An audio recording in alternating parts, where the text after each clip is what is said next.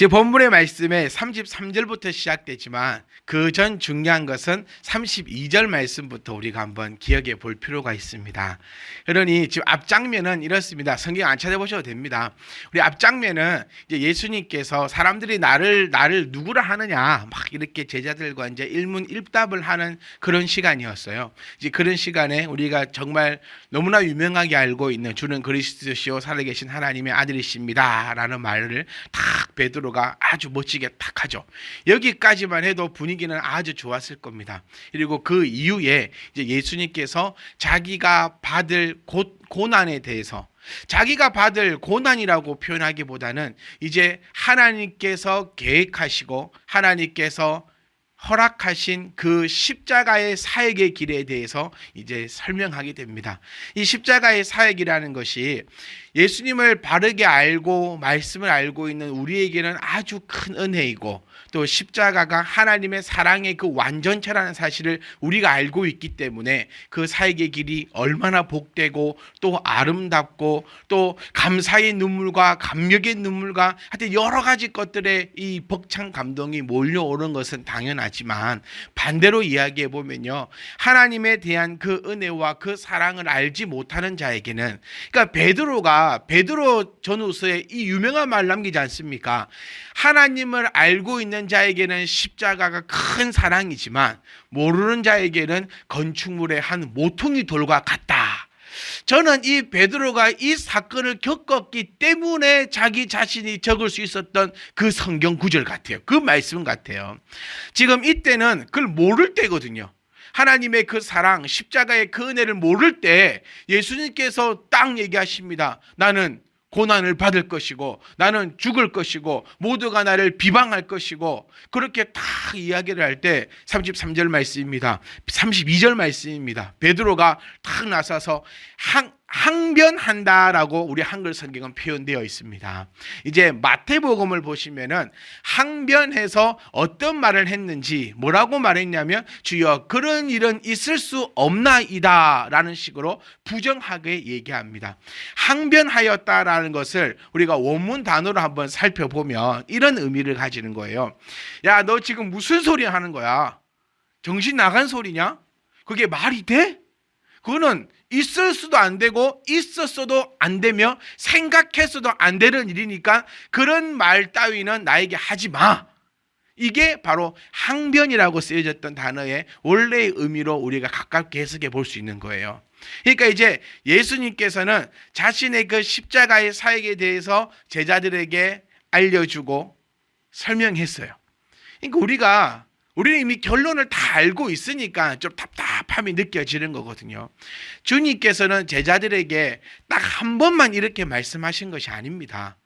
제자들과 함께 여러 날을 살아가면서 끊임없이 자기의 십자가에 대해서 설명하고 또 설명했음에도 불구하고 딱 십자가의 그 사역이 이루어졌을 때에 그들이 했던 행동과 그들이 했던 말들을 보면 우리는 참 한심하게 그지가 없다고 생각을 하고 있지만, 또 그것을 좀 더 벗어나 보면 우리 또한 다 알고 있지만 우리가 과연 주님의 그 십자가의 앞에 주님의 십자가와 동참을 하고 있는지를 한번 또 되새겨 볼 때 나의 이 신앙의 모습, 나의 이 삶의 모습 또한 참 한심하기 그지 없다라는 생각이 들고 있는 우리의 모습들일 것입니다. 그래서 베드로는 아주 크게 항변했습니다. 항변할 만하죠. 왜 항변할 만합니까? 베드로는 주님을 따라다니는 이유가 이런 이유가 아니거든요. 주님의 이야기를 들어보면 이런 의미가 되는 겁니다. 아, 나도 죽겠구나. 내가 주님의 제자인 것을 온 열 사람들이 알고 있는데 주님이 이렇게 죽게 되면 나도 죽겠구나. 나는 주님을 따라가는 이유가 이게 아닌데. 제가 여러분께도 묻고 싶은 게 이겁니다.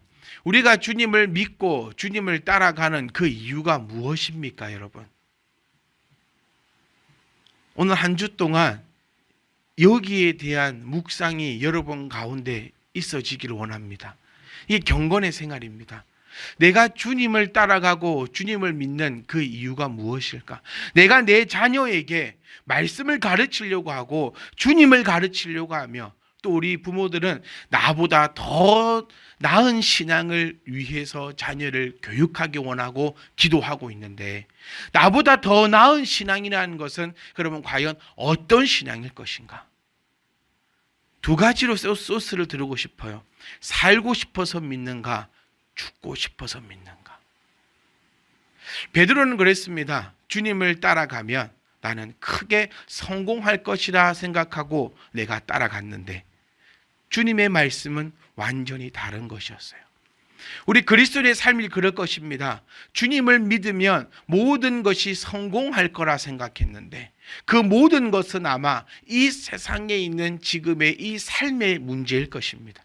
이 모든 것에 있어서 해결되고 잘 될 거라 생각했는데, 주님의 말씀은 그렇게 하고 있지 않다는 사실을 발견하게 될 때에 우리의 모습은 과연 어떻게냐는 겁니다. 언제 예수님께 실망합니까? 언제 교회에 실망을 합니까? 아니, 언제 나의 신앙에 회의감을 느끼게 됩니까? 그때는 이럴 때일 것입니다. 내가 원하는 대로 되지 않았을 때. 그때 참 회의감을 많이 느끼게 됩니다. 누구든지 마찬가지입니다. 교회를 내가 몇십 년 다니고 목사가 되고 집사가 되고 또 여러 가지 이런 일들을 하게 되고, 내가 교회에다가 헌금도 하고 봉사도 하고 모든 걸 이렇게 했을 때 우리는 바라는 것이 있어요. 내 집에 그만큼, 아니 그만큼이 아니죠. 자주 얘기하는 거 10배, 100배, 1000배로 나에게 채워질 것이라는 바람을 가지고 있어요. 내가 하나님 앞에 1000만 원을 헌금했으면 1000만 원에 10배, 100배, 1000배로 나에게 들어올 것이라는 그런 기대를 우리는 마음으로 가지고 있습니다. 내가 교회에 이만큼 봉사하고 내가 이만큼 했으면 내 자녀는 최소한 서울에 있는 대학은 갈 것이다 라는 그런 기대를 다 품고 있습니다. 그런 마음들을 품고 있는 거예요. 또 여러 가지의 그런 것들이 있겠죠. 그런데 그것이 이루어지지 않을 때 우리는 실망하고 회의감이 느껴지며, 또 심지어는 교회를 떠나고 하나님을 비방하는 일들이 우리 그리스도인들 가운데 있더란 얘기입니다.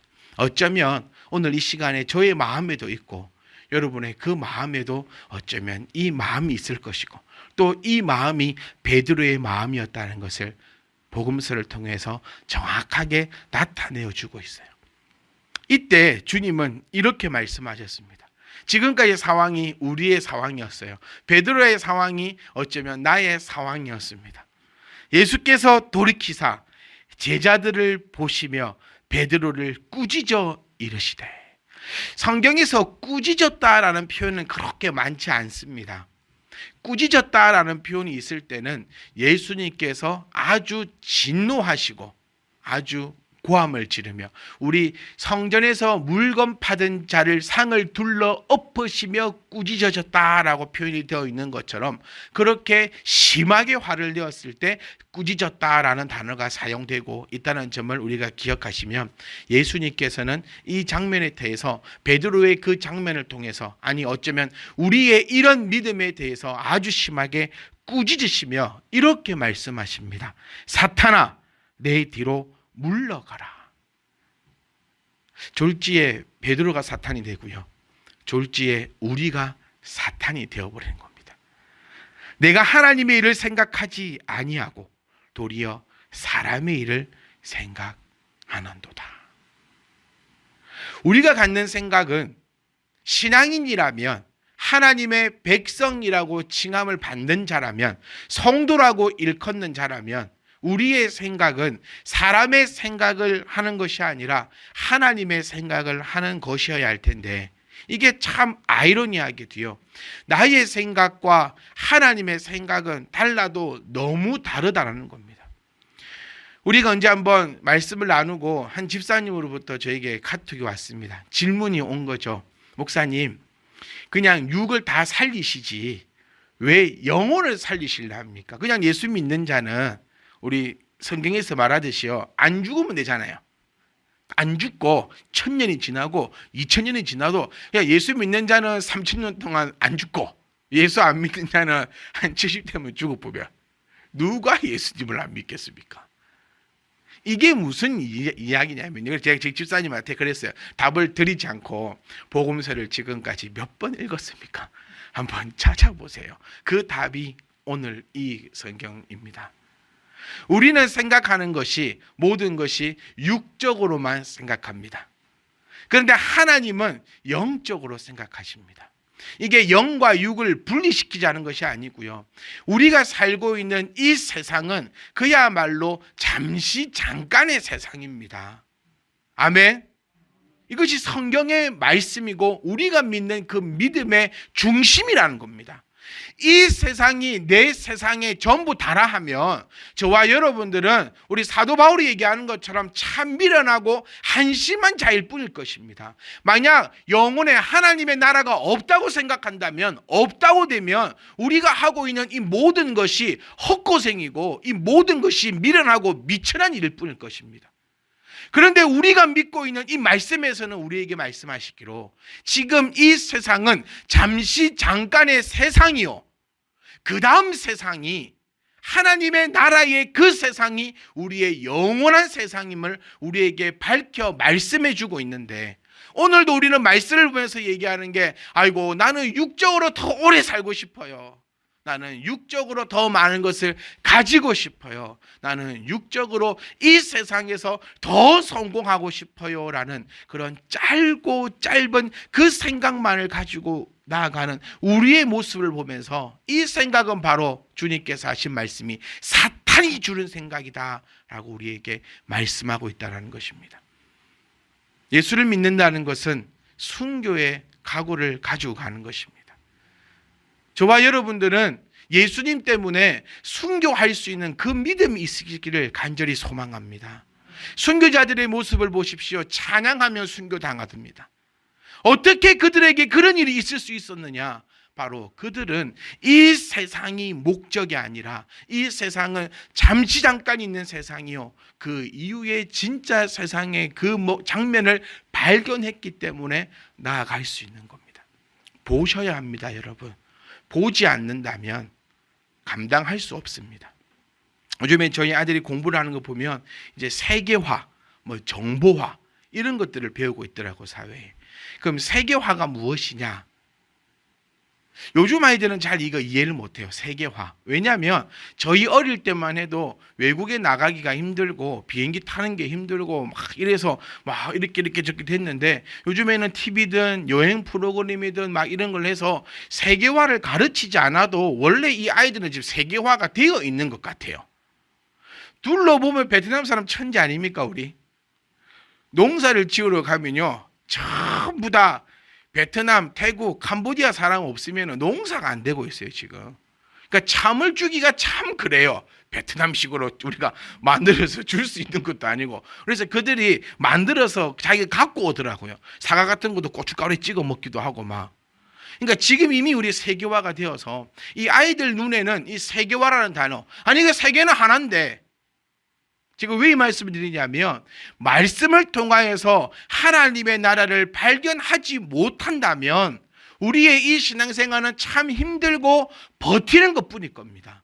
그런데 이 말씀을 통하여서 우리가 하나님의 나라를 발견하고 나면 이 인생사, 오늘 불렀던 그 찬양처럼 평화롭고 또 평화로울 뿐일 것입니다.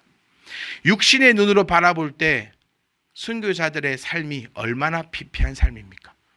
육신의 눈으로 봤을 때 사도 바울의 삶은 얼마나 멍청하고 억울하고 미련한 삶이겠습니까?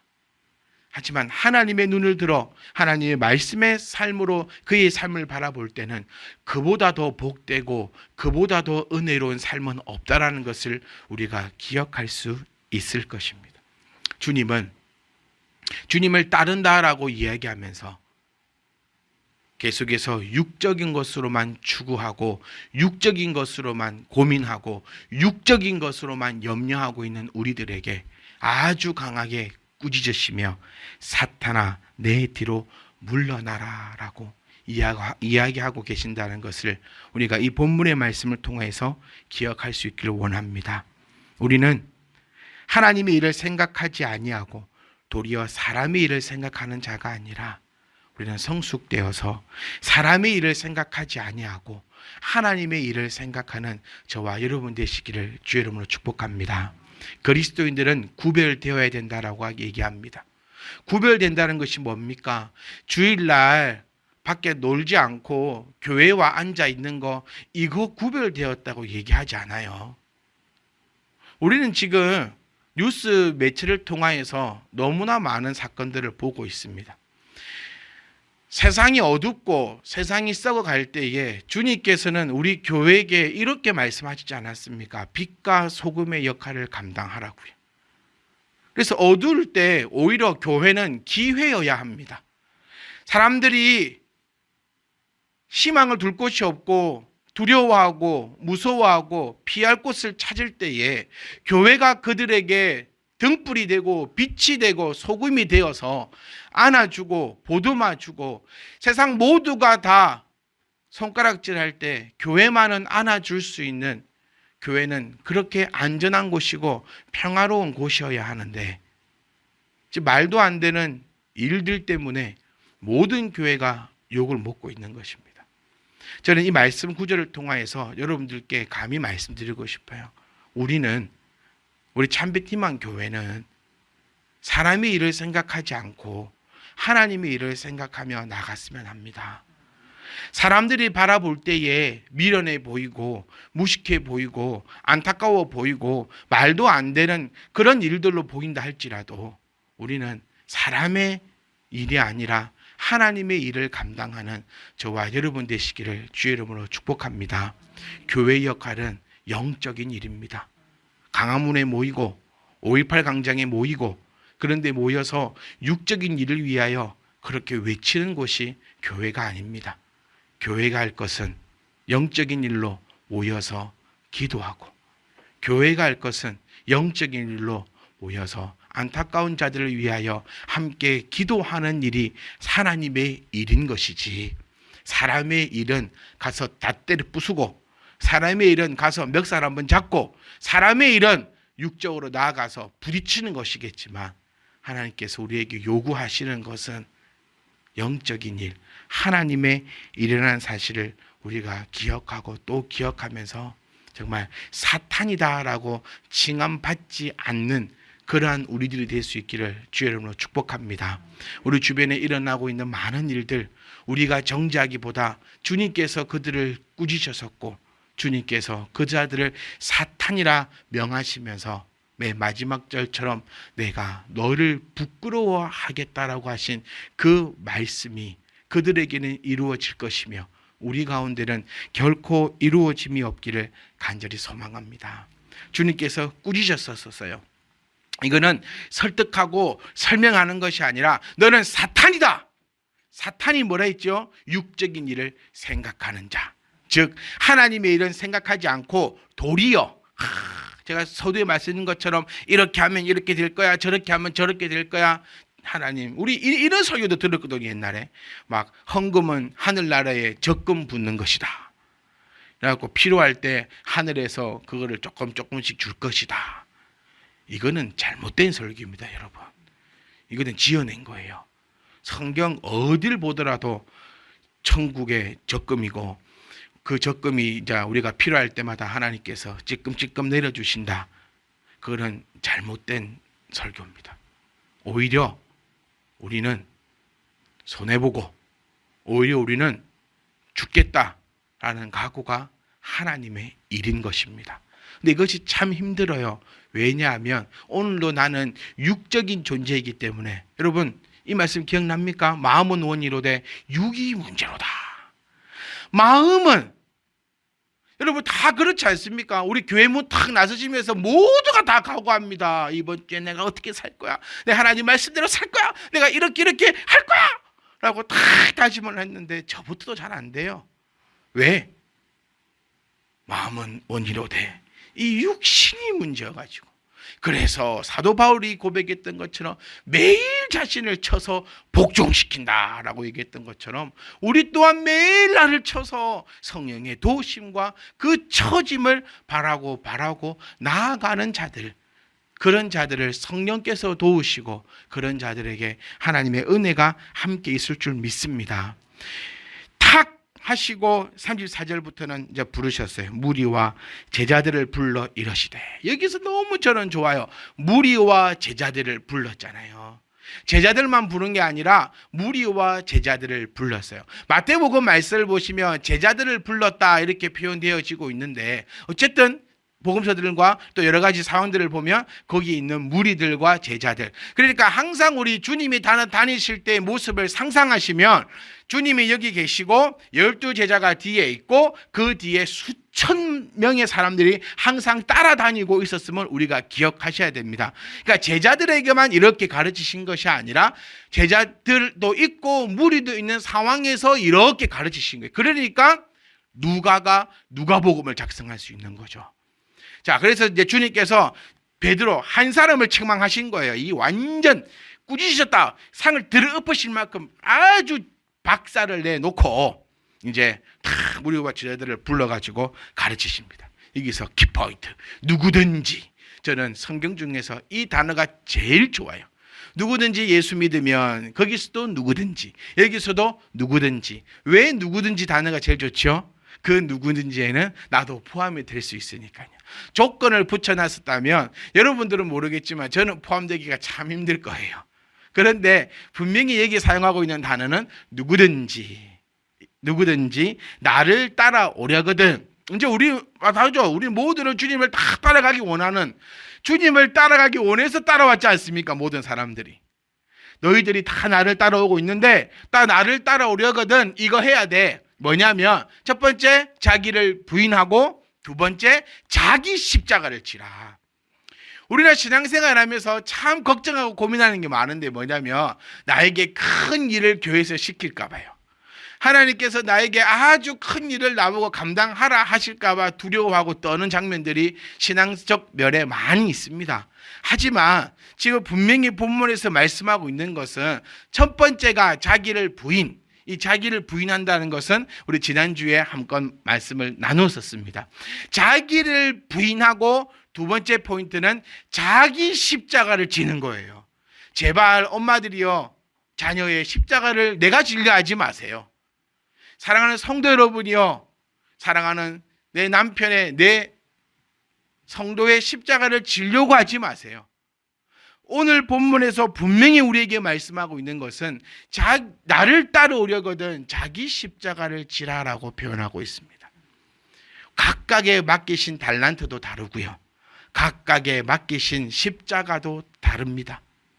순교는 아무나 합니까, 여러분? 순교는요, 순교의 십자가가 맡겨진 사람만 할 수 있는 거예요.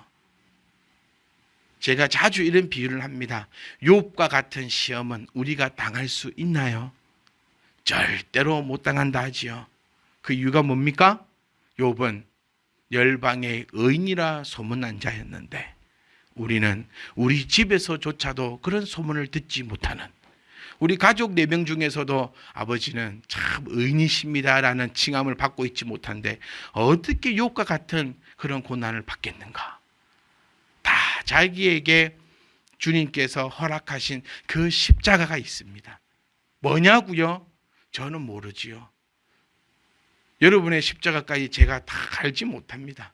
하지만 이미 여러분은 알고 계실 겁니다. 십자가가 뭡니까, 여러분? 무거운 것입니다. 십자가가 무엇입니까? 아픈 것입니다. 십자가가 무엇입니까? 희생입니다. 십자가가 무엇입니까? 영광인 것입니다. 여러분들이 짊어지고 있는 그 십자가, 여러분 이미 다 알고 계십니다. 하지만 나를 부인하지 못하기 때문에 내 십자가를 발견치 못하는 거예요. 내 십자가를 발견하려면 나를 부인해야 합니다. 그때서야 나의 십자가가 보일 것입니다. 십자가가 보여야 지고 가지요. 암만 지고 가고 싶어도 십자가가 안 보이는데 어떻게 지고 갑니까? 십자가가 보이려면 자기를 부인하는 것이고, 자기를 부인하는 것은 사람의 일을 생각지 않고 하나님의 일을 생각하는 것이 바로 자기를 부인하는 것임을 기억하시면서 십자가를 발견하시고 또 발견하셨으면 그 십자가를 등에 이고 나아가는 저와 여러분 되시기를 간절히 소망합니다. 자기 십자가에 대해서 35절부터 주님께서 간략하게 주님은 간략하게 설명하지 않으셨는데요. 저는 오늘 간략하게 설명을 할 수밖에 없습니다. 자, 주님은 성경은 다 설명해 주고 있습니다. 절대로 아리송하게 꼬아놓지 않아요. 정확하게 우리에게 딱 보여주고 있는데, 자기 십자가를 지고 따라라. 그러면 자기 십자가가 뭐냐? 어떻게 하면 네 십자가가 보이고 어떻게 하면 나를 부인하는 것인가? 누구든지 자기 목숨을 구원하고자 하면 잃을 것이다. 그러니까 내 생각을 완벽하게 뒤집어 엎을 때야 비로소 내가 나를 부인하게 되고, 그때서야 나의 십자가가 보이게 되고 나의 십자가를 지고 주님을 따를 수 있다는 겁니다. 이게 좀 착착착 이루어지는 거예요. 십계명도 보십시오, 여러분. 1계명이 지켜지지 않으면 10계명까지 지킬 수가 없어요. 근데 어떤 사람들은 나는 1계명은 지키는데 6계명은 조금 힘들고, 이거는 다 뻥쟁이 신앙생활입니다. 하나님이 살아계신 나의 하나님인 걸 믿으면 나머지도 다 지켜지는 것이고, 뭐 6계명이 안 지켜져요, 5계명이 안 지켜져요, 4계명이 안 지켜져요, 그거는 하나님을 하나님으로 믿지 못하다는 그 증거를 나타내고 있다는 겁니다. 자기를 부인하고 있는데 자기 십자가를 발견치 못할까요? 자기 십자가를 발견했는데 그 십자가를 지지 않는 사람이 있을까요? 나는 나를 부인해가지고 십자가는 다 발견했는데 그것이 좀 무거워서 아직까지는 못 지고 있어요, 목사님. 이런 사람도 있더라고요. 제가 그 사람들한테는 아주 크게 얘기했습니다. 뻥치시네 하고 다음부터는 안 보더라고요. 네, 그런 경우도 많이 있습니다. 제가 간곡히 부탁드리고 싶어요. 하나가 이루어지면 그 다음 것도 이루어집니다. 내가 하나님을 믿으면요, 내가 나를 부인하게 됩니다. 부인하게 되면 십자가를 지고 가는데 그 방법이 참 어려워요. 우리는 우리의 목숨을 구원하고자 합니다. 어쩌면 그래서 내가 주를 따라갈 수도 있잖아요. 교회 다니면 내 자식 잘 될까? 교회 다니면 우리 집 부자 될까? 교회 다니면 내 병이 나을까? 교회 다니면 이렇게 될까? 다 이런 마음으로 다니고 있는데, 지금 성경에서는 누구든지 나와 복음을 위하여 자기 목숨을 잃으면 구원받는데요. 나의 생각과는 완전 다릅니다. 우리는 하나님 이만큼 해 주시면 저도 이만큼 하겠습니다 라고 하는 게 우리의 신앙입니다. 참 창피하지만 거의 대부분 그런 신앙을 가지고 갑니다. 저 또한 제가 이 표현 자주 드리는데요, 정신 차리지 않으면 불신자와 다를 거 하나도 없다. 정신 차리지 않으면 가장 악한 조직이 교회 중에 교회다. 그렇게 자주 입버릇을 말씀드리지만 정말 어려운 부분입니다. 목숨을 얻고자 하면 잃을 것이고 잃고자 하면 얻을 것이다. 네가 생각하는 그 모든 것 가지고, 육적인 생각을 가지고 나아갈 때에는 너는 모든 것을 잃어버릴 것이고, 육적인 생각을 버리고 영적인 생각으로 갈 때는 네가 육을 얻을 것이다. 제가 맨날 얘기하는 거 있잖아요. 이게 바로 영혼이 잘된 같이 범사가 잘 된다라는 주님의 그 음성이 우리 귓가에 들려지기를 원합니다. 네가 목숨을 얻고자 하느냐, 네가 육신의 것을 얻고자 하느냐, 그러면 잃을 것이다. 하지만 네가 네 목숨을 잃고자 하느냐, 네가 너의 것을 버리고, 그러니 돈을 사랑하고 하나님을 사랑하고 하나님을 사랑하면서 돈을 사랑하고, 이건 있을 수 없다 했잖아요. 두 개를 다 사랑할 수는 없다. 이게 돈이 물질만을 얘기하는 게 아니고 이 세상을 얘기하는 겁니다. 이때나 지금이나 세상을 얘기할 때는 돈이라고 표현이 되는 거예요.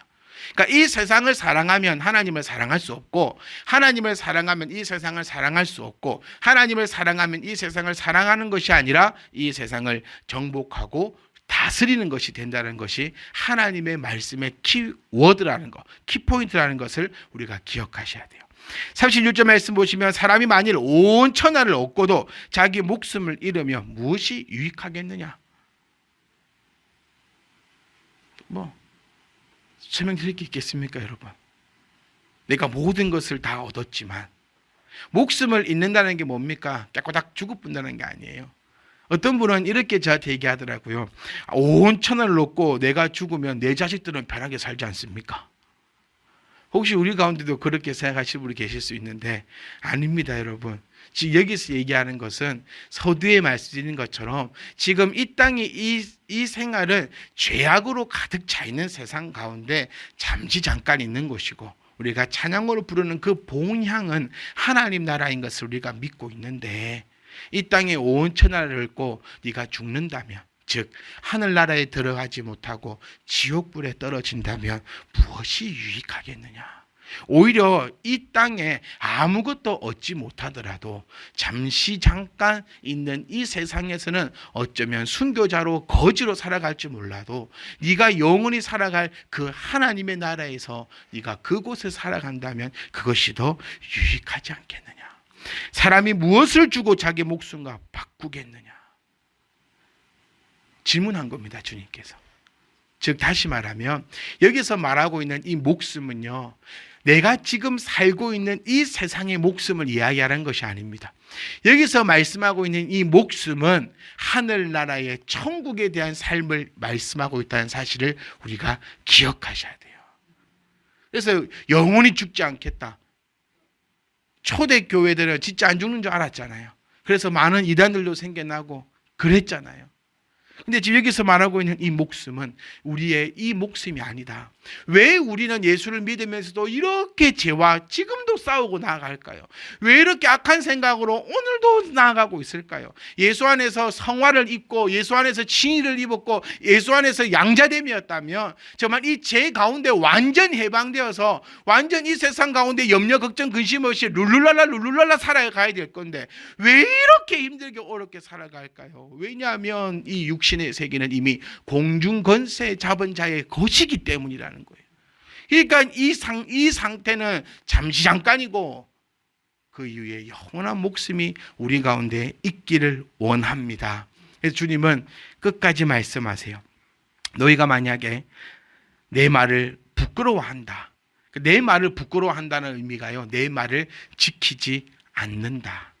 이렇게 내가 얘기했음에도 불구하고 너희는 이 삶이 다인 줄 알고 이 삶을 위해서 그렇게 살아간다면 나 또한 그렇게 너를 부끄러워할 것이다. 언제 이루어집니까? 하나님의 그 나라가 언제 이루어집니까? 아버지의 영광으로 거룩한 천사들과 함께 올 때, 즉 주님의 재림이 있을 때 바로 이 모든 일들이 일어나는데 이때에 영원한 생명이 우리 가운데 있을 것이며 하지만 그것을 깨닫지 못하고 내가 한자리 해보려고 내가 돈 한번 벌어보려고 내 자식 좋은 대학 보내보려고 좋은 사람 만들어 보려고 교회 다니고 있다면 너는 이때에 내가 너를 부끄러워하리라 라고 주님께서는 우리에게 아주 강하고도 무서우면서도 귀한 말씀으로 우리에게 허락하시고 있는 것입니다. 사랑하는 성도 여러분, 저는 소망하고 원합니다.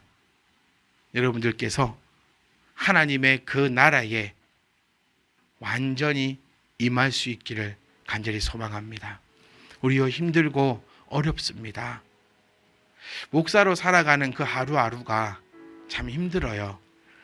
육적으로 힘들다기보다도 내 안에 있는 이런 욕심들, 내 안에 있는 이런 혈기들, 내 안에서 꿈틀꿈틀거리는 여러 가지 그런 생각들이 있을 때 참 많이 힘들고 어려운 것이 있습니다.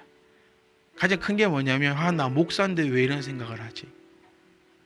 나 목사인데 왜 주님만을 바라보지 못하고 왜 이 땅의 것을 염려하지? 근데 다 염려됩니다, 여러분. 당장 내일 뭘 먹어야 될까 염려하는 것이 우리의 인생들이고요. 내 자식들이 헐벗고 있는데 어떻게 하면 이 자식에게 채워줄 수 있을까? 암만 신앙이 있어도 염려하고 있는 것은 당연한 일입니다. 목사로서도 참 부끄러울 때가 많습니다. 이럴 때 이 말씀을 준비하면서 저도 다짐하고 여러분들도 같이 다짐하고 같이 힘있게 나갔으면 좋겠어요. 내 힘으로는 할 수 없습니다. 내 힘으로는 좋은 생각보다 나쁜 생각이 더 많은 거 사실이지 않습니까? 숨기고 속이지 않았으면 좋겠어요. 있는 모습 그대로 주님께서 오라고 하셨으니 나는 있는 모습 그대로 나가고 싶어요. 내게 와서 무거운 짐 다 내려놓아라 했으니까 그럼 짐을 가져가야 될 거 아닙니까? 하나님, 나 이런 상태인데 하나님께서는 오늘 나에게 이런 말씀을 주시네요. 나 또 한번 해보렵니다. 성령께서 또 나를 도와주시옵소서. 내가 알고 있지만 잘 안 되는 거, 하나님, 그게 또 제 인생이네요. 하나님, 이 불쌍한 나를 버리지 마시옵고 나를 부끄러워하지 마시고 내가 하나님 앞에 당당히 나아가길 원합니다. 완벽하게 이루어질 수 없어요. 저는 그렇게 생각합니다. 목사인 제가 살아가 보니까 그래도 목사인데 좀 완벽하게 살아야 될 건데 이 생각을 많이 가지는데 안 돼요. 잘 안 돼요. 부끄러운 고백이지만 여러분께 별로 척하고 싶진 않아요. 세상 걱정 없는 척, 목사니까 뭐 까마귀가 물어다 주겠지 믿음만 가지고 뭐 무릎 꿇고만 앉아 있습니다. 이게 다 저는 뻥인 것 같아요. 제가 목사해 보니까 다 뻥인 것 같아요. 염려하고 걱정하고 두려워하고 또 어떻게 해볼까 이 생각해보고 저 생각해보는 거 같은 사람 아닙니까? 우리 모두가 다 그런 고민 가지고 있어요. 그래도 우리가 이 말씀으로 오늘 한 번 더 힘을 얻고 한 번 더 다짐해서 하나님, 내가 연약하지만 하나님의 생각을 이루어 나가겠습니다. 하나님, 나를 도와주시옵소서. 이게 성도의 모습일 겁니다. 말씀 들었네. 나 내일부터 밥 안 해. 어떤 연예인 엄마가 그랬다더라고요. 엄마 은퇴했다고. 나는 엄마 은퇴해서 그 연예인이 자기 엄마를 부를 때 누나라 부른대요. 나는 이제 엄마 은퇴했으니까 밥도 안 해줄 것이고 빨래도 안 해주고 아무것도 안 하고 나는 오늘 엄마 은퇴. 그래서 엄마가 집에 안 들어온대. 그래서 전화해서 누나 어디세요? 막 이렇게 얘기한다고 라디오에서 들었는데요. 당장 내일부터 나는 그래 안 할 거야. 이게 아닙니다. 우리가 어떻게든 기도하고 애써서 사람의 일 때문에 우리의 신앙이 넘어지는 자들이 아니라 하나님의 그 일로 가득 찼고 또 내 생각은 맞지 않아도 하나님의 생각이 맞다 하시면 그 길로 우리가 믿음으로 걸어 나아갈 때 제일 중요한 게 38절입니다. 하나님께서 하나님이 나를 완성시키실 때 나를 부끄러워하지 않으시고 나를 자랑스럽게 여기는 그런 신앙이 되시기를 주의 이름으로 축복합니다.